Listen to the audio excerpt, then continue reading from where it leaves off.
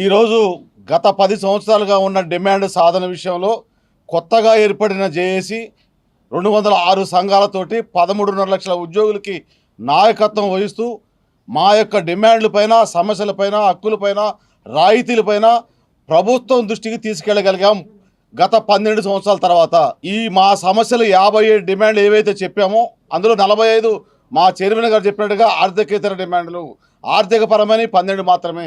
ముఖ్యమంత్రి గారి దృష్టికి పలు దఫాలుగా మీటింగ్లకు వెళ్ళాం, గౌరవ మంత్రివర్యుల దగ్గరికి వెళ్ళాం. తప్పనిసరి పరిస్థితుల్లో సదస్సు నిర్వహణ ప్రకటించిన కార్యాచరణ మేరకు ఈ 1.5 సంవత్సరంలో ఉద్యోగులకు వచ్చిన భావ స్వేచ్ఛను తీసుకొని సదస్సు పెట్టుకున్న నేపథ్యంలో ముఖ్యమంత్రి గారు ప్రకటన చేసిన దానిలో ఉద్యోగ సంఘాలకి ప్రభుత్వానికి మధ్యన కొంత గ్యాప్ క్రియేట్ చేయడానికి కొన్ని రాజకీయ పార్టీలు, కొంతమంది మాజీ ప్రజాప్రతినిధులు, ఉద్యోగ సంఘ నాయకులు కొంత క్రియేట్ చేయడానికి ప్రయత్నం జరిగింది. దాంట్లో భాగంగానే ఈరోజు క్లియర్గా అన్ని చర్చించి క్యాబినెట్ సబ్ కమిటీ ద్వారా చర్చలకి ఆల్రెడీ చైర్మన్ గారిని, స్టీరింగ్ కమిటీని 9వ తారీఖు పిలిస్తే ఉప ముఖ్యమంత్రి వర్యులు అది క్యాబినెట్ సబ్ కమిటీ ద్వారా కాదు, ఆఫీసర్ల కమిటీ ద్వారా అయితేనే మాకు కొంత న్యాయం జరిగిద్దని చైర్మన్ గారు సలహా ఇచ్చిన మేరకు ప్రభుత్వం నుంచి CCLA, అదేవిధంగా revenue principal secretary Naveen Mitla గారి ఆధ్వర్యంలో ఆఫీసర్స్ కమిటీ వేయటం, దానికి జేఏసీలో 206 సంఘాల ప్రతినిధులు పిలవటం, అన్ని డిమాండ్లపైన చర్చించటం, మరొక దఫ మీరే ఏమైనా డిమాండ్స్ ఉంటే మాకు ఇవ్వండి, మేము అన్నీ పరిశీలిస్తామని చెప్పడం. దాని నేపథ్యంలో ఈరోజు మేము మీటింగు ఇంకా డిమాండ్స్ ఏమున్నాయని చెప్పి ఈరోజు మీటింగ్ పెట్టుకున్నాం. దీంతో పాటుగా రేపు కానీ ఎల్లుండి కానీ ఆఫీసర్స్ కమిటీని కలిసిన పిదప నిన్న డైరెక్ట్గా ఉప ముఖ్యమంత్రి గారు జేఏసీ చైర్మన్ గారికి పర్సనల్గా కలవటానికి రండి 1 or 2, 3 మెంబర్స్ అని చెప్తే పర్సనల్గా కలిసి మొత్తం సవివరంగా జేఏసీ చైర్మన్ గారు, ఫైనాన్స్ మినిస్టర్, మరి ఉప ముఖ్యమంత్రి గారు వివరించగా అన్ని న్యాయమైన డిమాండ్లు, కొంత ఆర్థిక పరిస్థితి బాగలేదు, ఆర్థికేతర ఇమ్మీడియట్గా పరిశీలించడానికి ప్రయత్నం చేస్తాం. ఆర్థిక పరమైన కూడా 5 DAలు కావచ్చు, PRC కావచ్చు, హెల్త్ కార్డ్స్ కావచ్చు, పెండింగ్ బిల్స్ కావచ్చు, 317 కావచ్చు, CPS కావచ్చు, అన్ని డిమాండ్లు కూడా మాకు తెలిసినయే. కొంత వెసులుబాటు అడిగాం, అయినా గ్రీన్ ఛానల్ ద్వారా క్లియర్ చేస్తాం. మేము మాటిచ్చాం, మీ యొక్క జేఏసీ ప్రతినిధులకి డైరెక్ట్గా నేనే అడ్రస్ చేస్తానని చెప్పి జేఏసీ చైర్మన్ గారికి మాట ఇవ్వడం జరిగింది.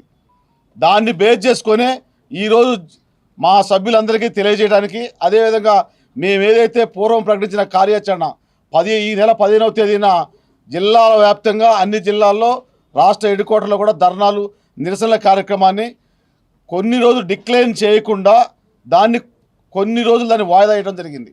తదుపరి కార్యాచరణ అనేది కొన్ని రోజులు జేఏసీ చైర్మన్ గారికి ఈ క్యాబినెట్ సబ్ కమిటీ కానీ ఆఫీసర్స్ కమిటీ నిర్ణయం మేరకు తీసుకోవడానికి చైర్మన్ గారికి పవర్స్ ఇస్తూ ఈరోజు తీర్మానం కొన్ని రోజులు వాయిదా వేయడం జరిగింది. వీటితో పాటుగా మేము కొన్ని బయట జరిగే వాటి విషయాల్లో కూడా గత ప్రభుత్వం నుంచి వచ్చిన మేము జేఏసీగా 206 సంఘాలుగా నాయకత్వం వహించినప్పుడు మాకు మద్దతు ఇవ్వాలనుకున్నా, మా మీద సానుభూతి ఉన్నా, మా మీద దయాదాక్షిణాలున్నా జేఏసీ మీ ఆఫీస్కో లేకపోతే TNGOs ఆఫీస్కో లేని పక్షంలో జేఏసీ చైర్మన్ గారిని కలిసి మద్దతు ప్రకటిస్తే బాగుంటుంది తప్ప మా మధ్యన ప్రభుత్వం మధ్యన చిచ్చు పెట్టే ప్రయత్నాలు చేయొద్దని మా యొక్క మాజీ సంఘ నాయకులకి, మేమంతా కలిసి పనిచేసిన వాళ్ళమే. కానీ గత 10 సంవత్సరాల్లో మేము క్లారిటీగా అడుగుతున్నాం, సుమారుగా 317 జీవో ఎప్పుడు ఇష్యూ అయింది, ఎప్పుడు జరిగిన విధ్వంసం? గత 10 సంవత్సరాల్లోనే PRCలు 16 సంవత్సరాల 6 నెలలు PRC లాస్ అయ్యాం. అది గత 10 సంవత్సరాల్లో జరిగిన విధ్వంసంలో సగం పార్టు. 33 డిస్ట్రిక్ట్స్ ఫార్మేట్ చేసి అశాస్త్రీయంగా చేసిన పిదప క్యాడర్ స్ట్రెంత్ లేకుండా చేసింది ఈ ప్రభుత్వం కాదు. మేము ఈ ప్రభుత్వాన్ని వెంటేసుకొని రావట్లే.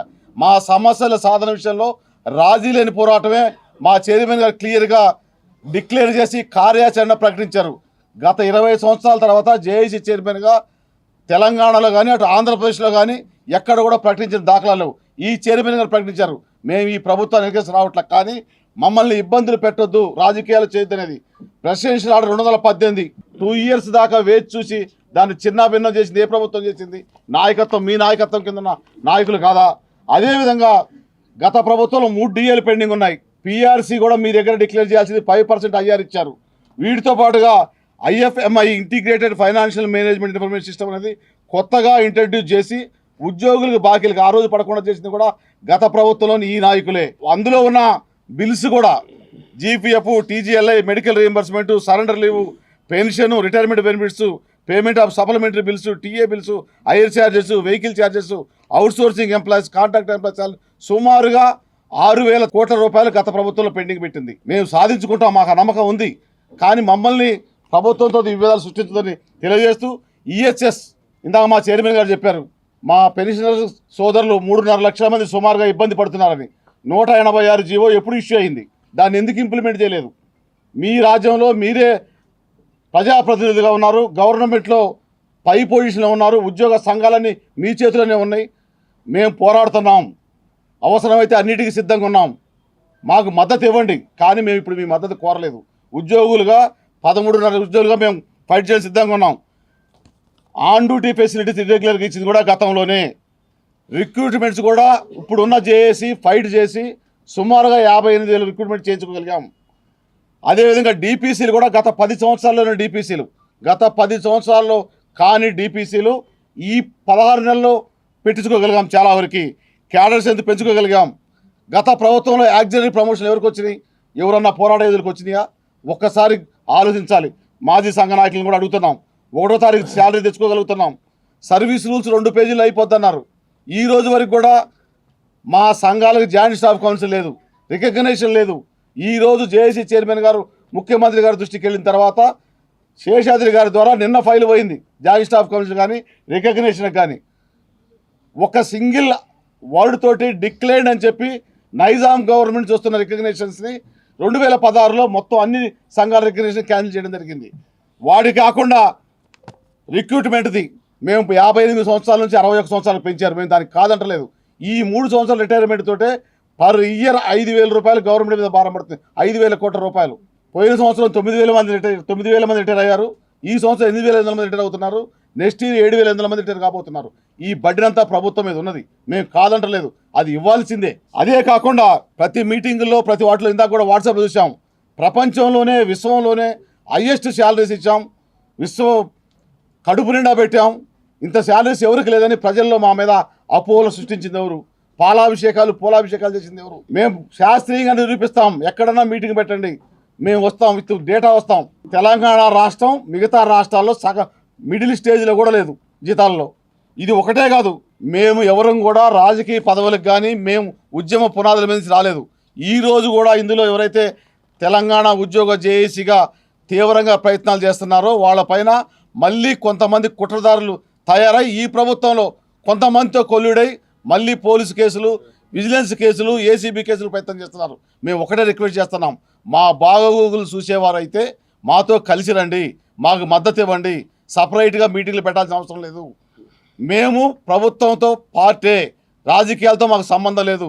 దయచేసి మా యొక్క మాజీ నాయకుల్ని, రాజకీయ నాయకులు ప్రతిపక్షంలో ఉన్న రాజకీయ నాయకులు కోరుతున్నాం, మేము మీకు వ్యతిరేకం కాదు, కానీ మనల్ని ప్రభుత్వం దగ్గర దోషులుగా సృష్టించొద్దనేది మీ ద్వారా వారిని కోరుకుంటూ, మా యొక్క డిమాండ్ విషయంలో వచ్చే నెల 9వ తారీఖున మహాసభ ఏదైతే ఉందో అది కూడా పూర్తిగా ప్రభుత్వం చర్చల్లో జేఏసీ చైర్మన్ గారికి పూర్తి అధికారం ఇవ్వడం జరిగింది.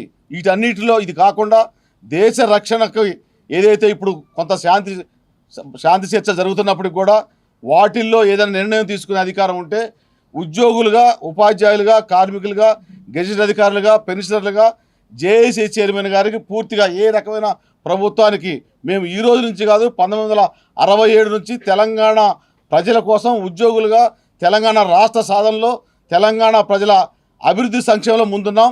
దాంట్లో ఒక అడుగు ముందే ఉంటాం అని మీకు తెలియజేసుకుంటూ సెలవు తీసుకుంటున్నాం.